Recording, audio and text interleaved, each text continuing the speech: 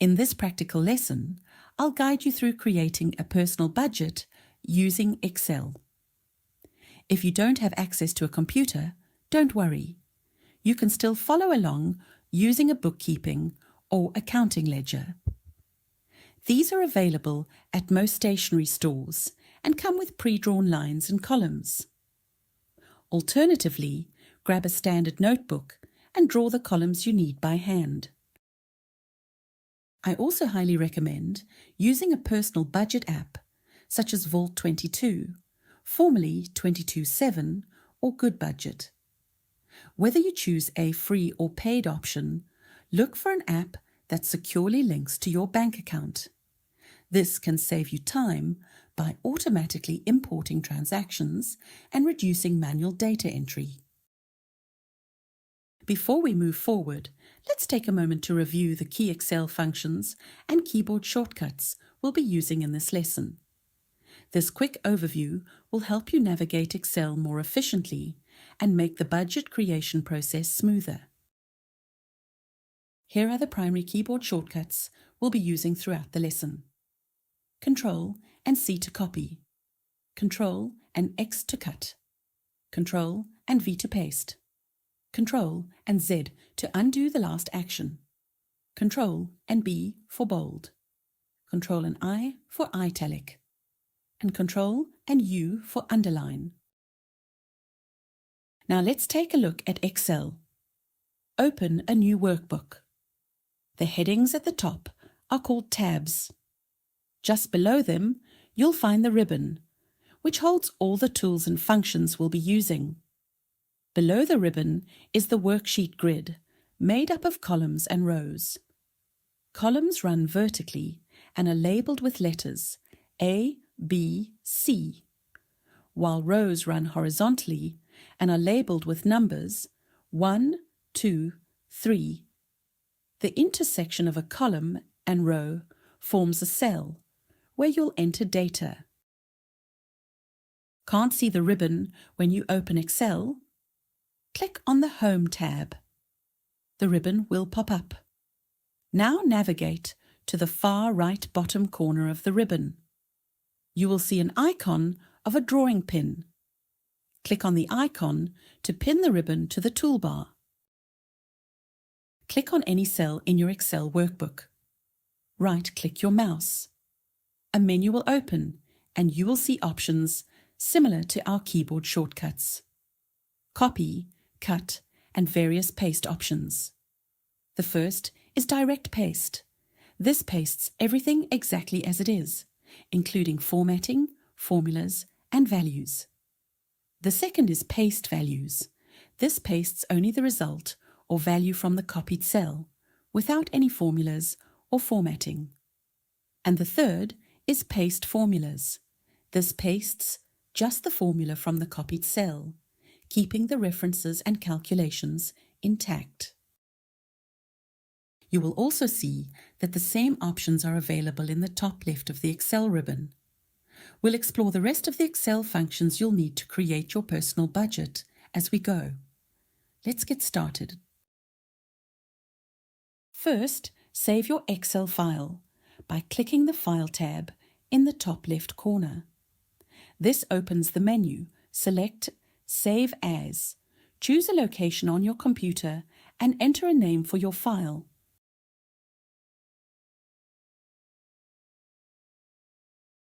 Finally, click Save to confirm. Practical Lesson 1. Creating your personal budget. With the worksheet saved, let's review the personal budgeting template we'll recreate. If you've purchased the full course, this template is available as a downloadable resource. This budgeting tool tracks your salary, but if you're a business owner and don't receive a fixed salary, you can rename this section to Income to reflect all earnings from your business. If a partner or spouse contributes to the household budget, include their income here. Don't forget to add other income sources, such as rental income, interest, or dividends. Next, we move to expenses. These are grouped into broad categories. allowing us to create a pie chart that illustrates where your money is going. At the bottom of the budget, you'll see if you have a shortfall or surplus.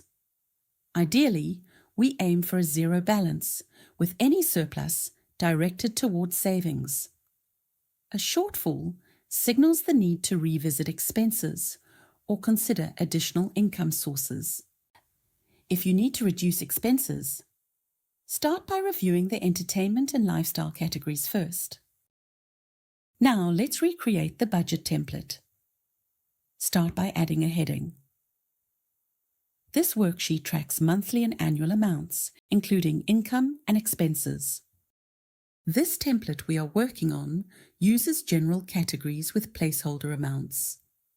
Adjust it by removing irrelevant items and adding your specific expenses.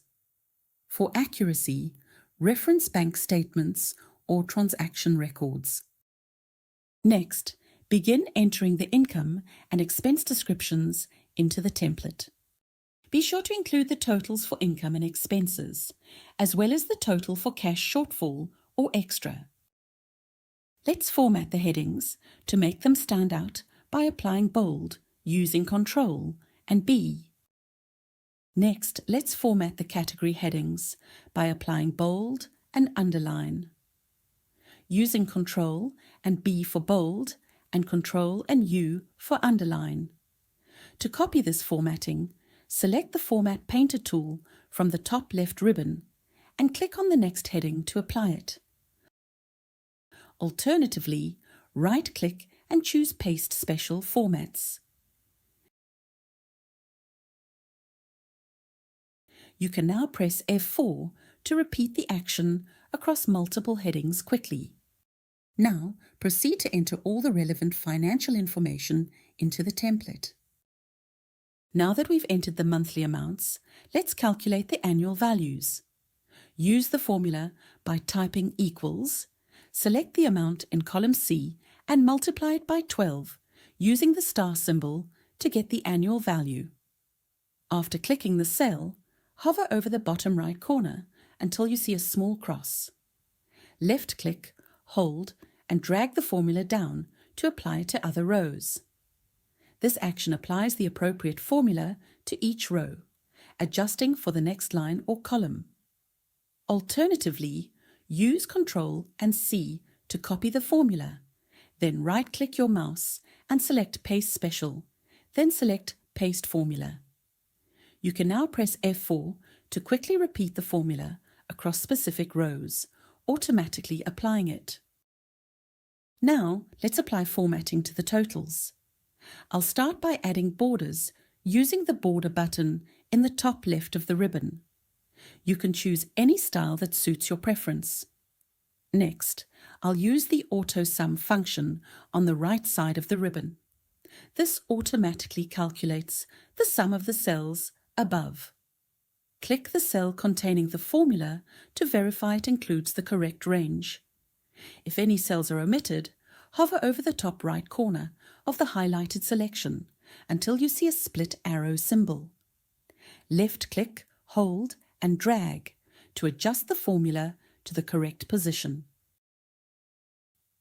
To copy the formula into the next column, click on the cell with the formula. Hover over the bottom right corner until you see a small cross, left-click, hold, and drag across. Alternatively, use Ctrl and C to copy and Ctrl, and V to paste. Repeat this process for the expense totals.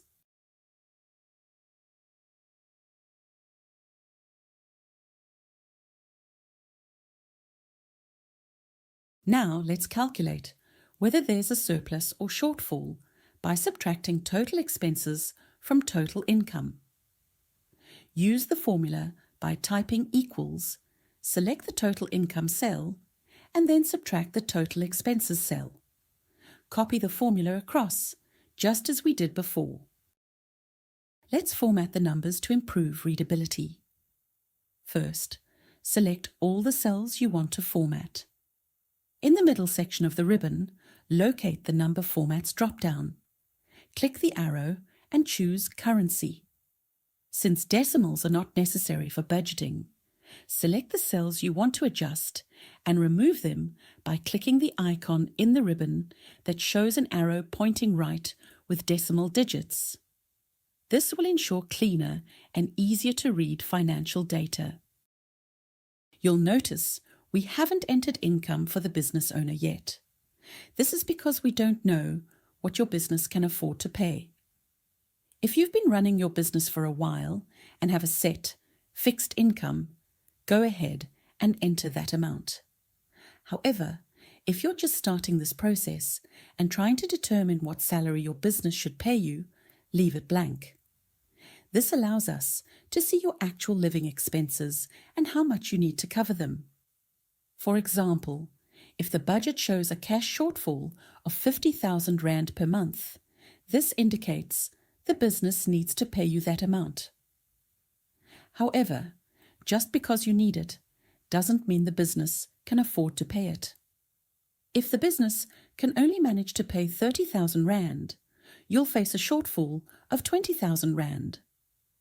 To make up for this, you may need to reduce expenses, starting with the entertainment and lifestyle categories. You'll need to review each line item and identify areas where you can cut costs to match what the business can realistically afford to pay you. Alternatively, you will need to consider additional income sources. Next, we'll insert an extra column between the descriptions and the monthly values to create pie charts. Right-click on the monthly values column and select Insert. For the income pie chart, no additional information is needed.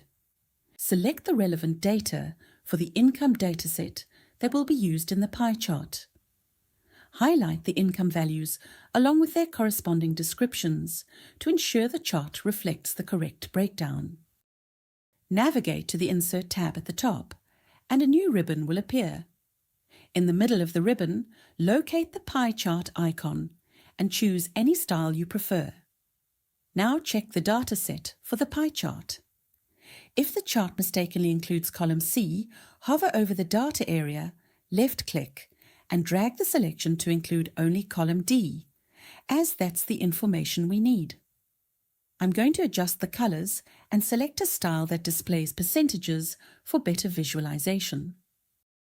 Format the pie chart to match your preferences. Update the chart title by double-clicking it and entering Budget Income Split to clearly reflect the data being represented.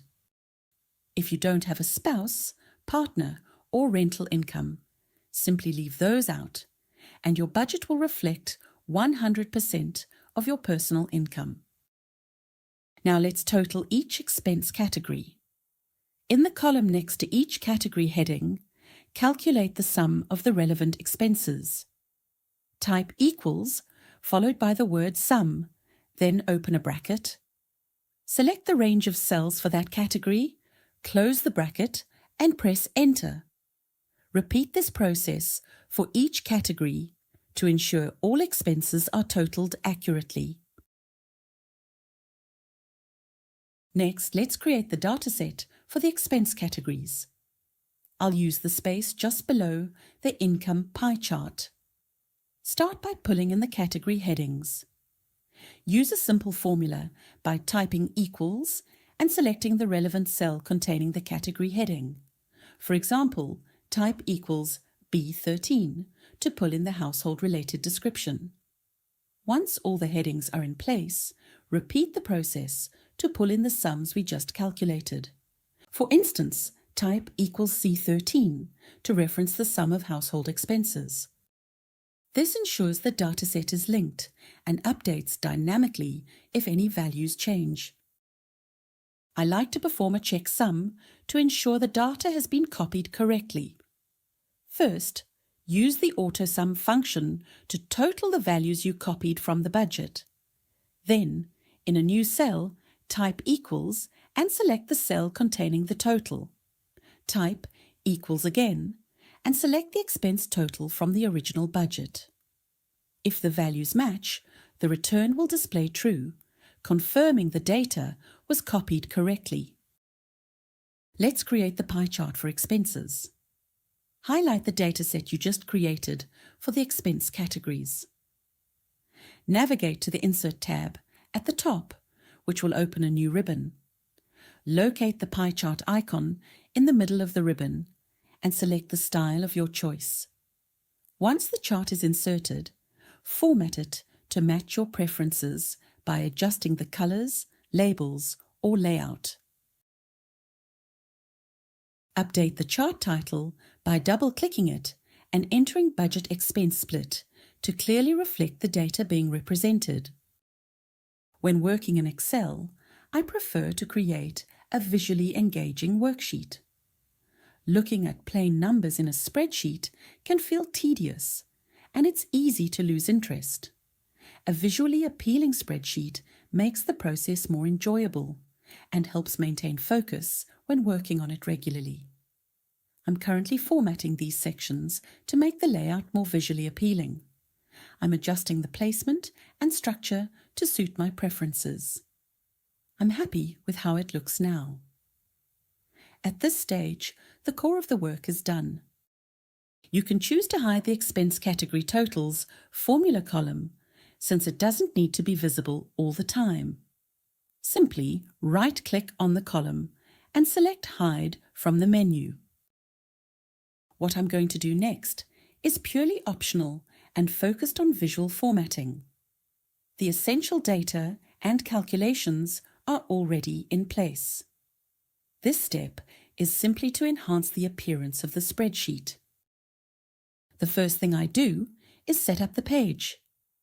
This ensures that if I need to print my budget or save it as a PDF, it will be formatted correctly. I start by highlighting the entire area I want to print. Then I go to the Page Layout tab. A new ribbon will open. Navigate to the Set Print Area button. Click on it. Then select Set Print Area. Next, I click on the File tab. A new menu will open. Go to Print. Navigate to the scaling options. I choose the option Fit Sheet on one page. This ensures the entire worksheet prints on a single page without splitting columns. I prefer not to have the spreadsheet break mid-worksheet. I prefer for everything to fit neatly on one page. Now I'm going to add some color to create a cleaner and more visually engaging look. First, highlight the area where you want to apply color. I've selected the entire worksheet to give it a soft grey background. Next, I'll select different areas within the budget to change both the cell and font colors. You can choose any style or color that suits your preferences. For the financial data, I'll apply a subtle background pattern. To do this, highlight the cells you want to format. Right-click and select Format Cells. In the Fill tab, choose a pattern color and select your preferred pattern style. Click OK to apply the changes to the selected cells. In the next step, we'll take this estimated budget and break it down month by month for the entire year. This will give us more accurate data and allow for better tracking. It also makes it possible to input actual figures each month and compare them to the budgeted amounts. This step is essential because entering data without reviewing actuals won't provide meaningful insights into spending. For example, if my budget estimates 12,000 Rand for groceries and toiletries each month, but my actual spend is closer to 15,000 or 16,000 Rand, the budget isn't truly effective. In the next section, we'll break down the budget over a 12-month period. This allows you to track budgeted amounts versus actuals, providing a clearer picture of where adjustments may be needed. Practical Lesson 2. Tracking your budget with a monthly breakdown. Now that you've created your basic personal budgeting tool, let's move on to creating a month-by-month budget. This will allow you to compare your budgeted figures with your actual expenses. In the bottom section of Excel, you'll see your sheets.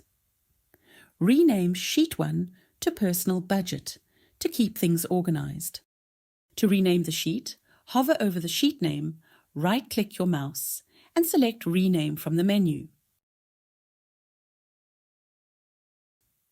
Next, click on the little plus sign to add a new sheet. You can name this sheet anything you like, but I typically name it after the budget year it applies to. In this case, we're creating a budget for the year 2025.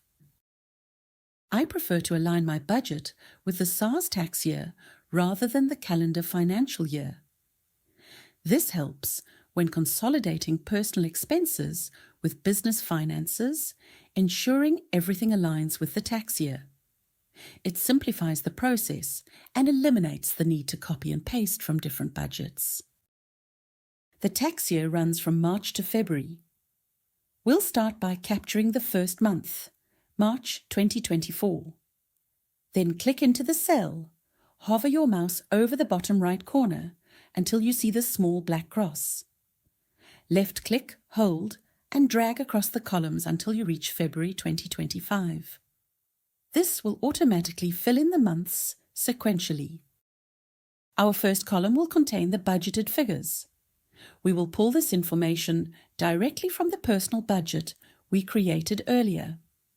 You can simply copy and paste the data into this sheet.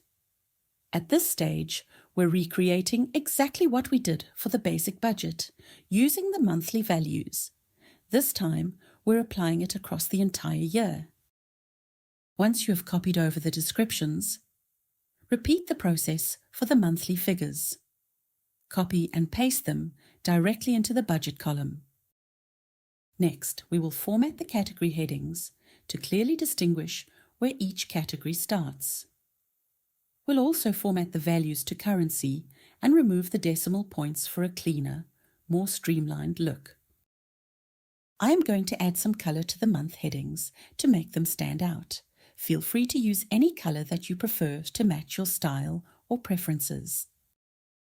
To create space for the actual figures, we will now add an extra column for each month. Right-click on the applicable column and select Insert.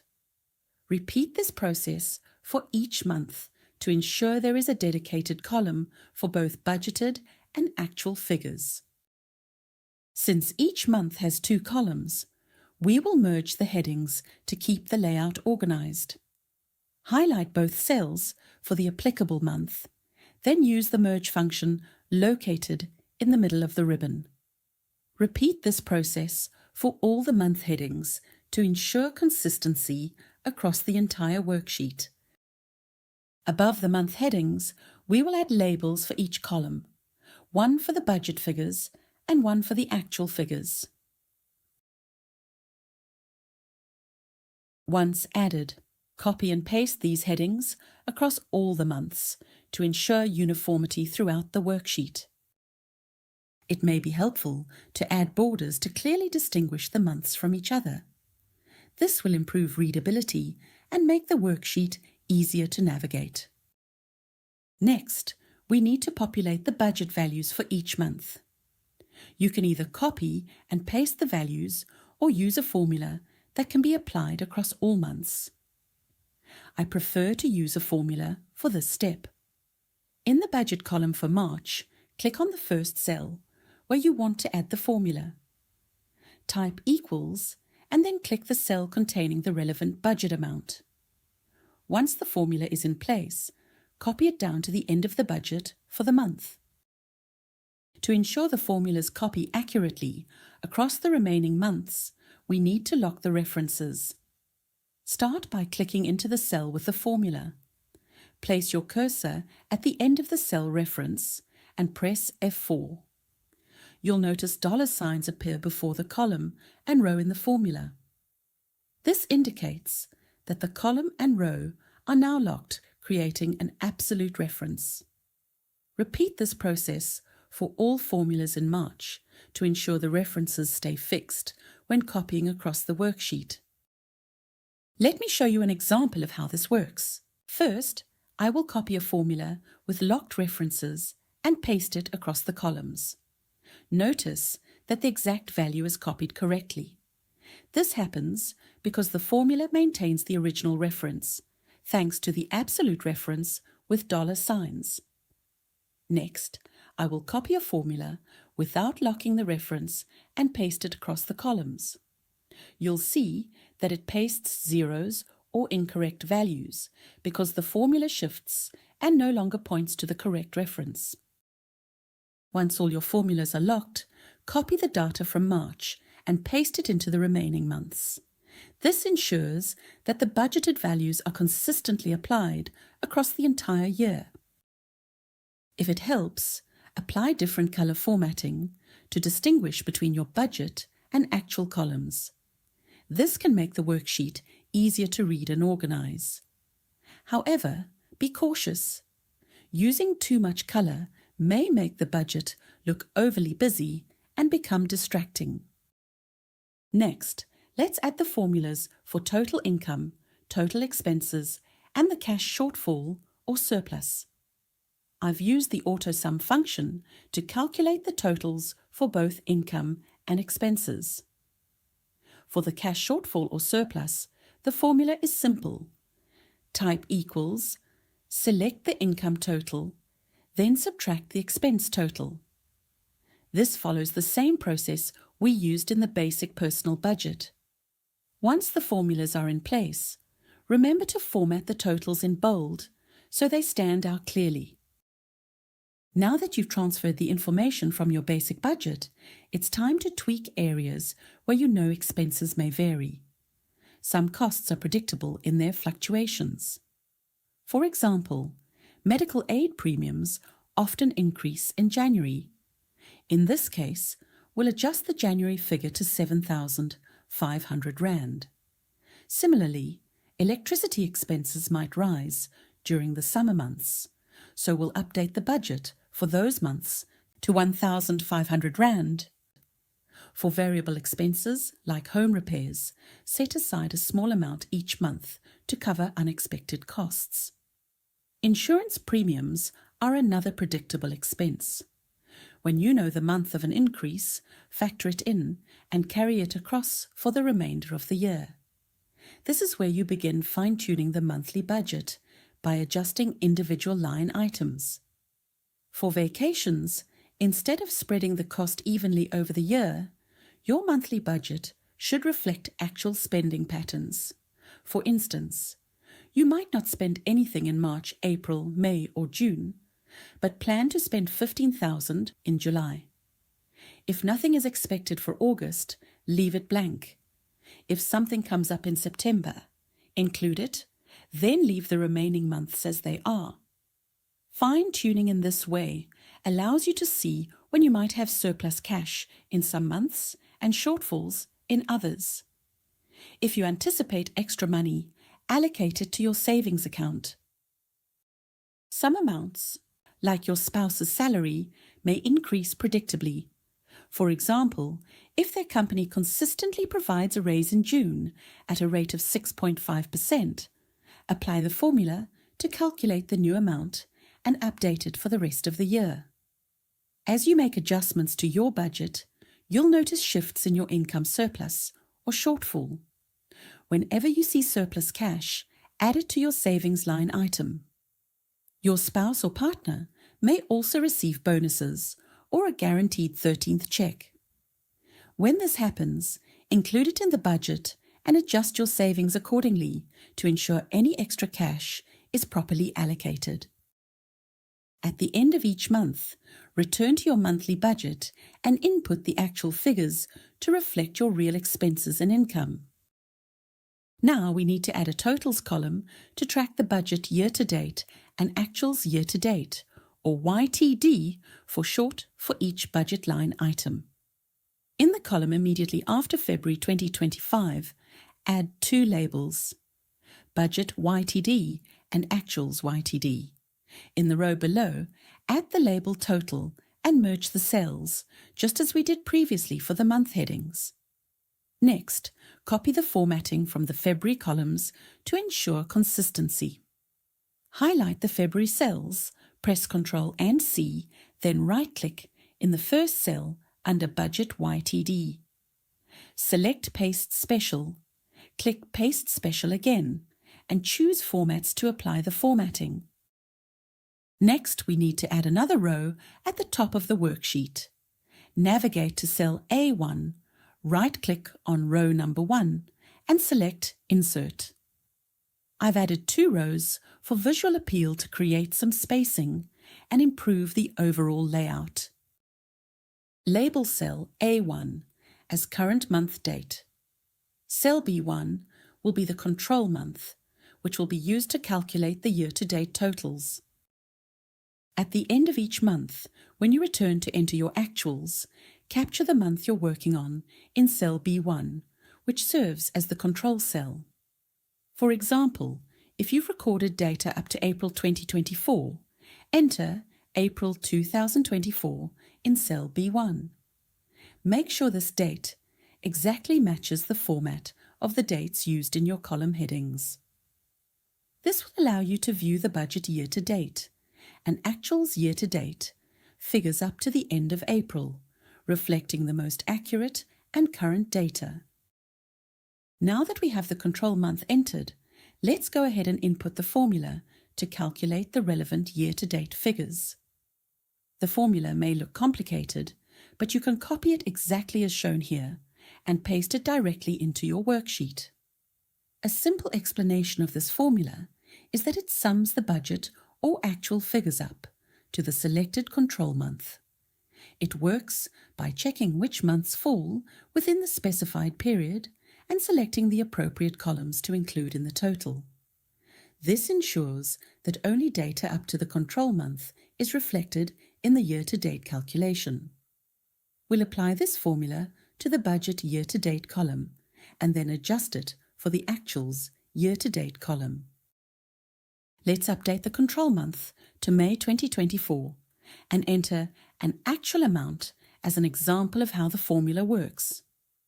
Now, if you look at the totals, you'll see that the budget and actual figures up to the end of May are reflected in the year-to-date calculations.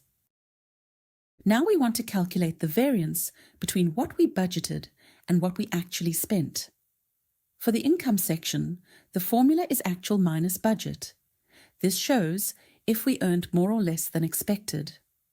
For the expense line items, the formula is budget minus actuals. This highlights any overspending or savings in each category. We use 2 different formulas because positive and negative variances mean different things for income and expenses.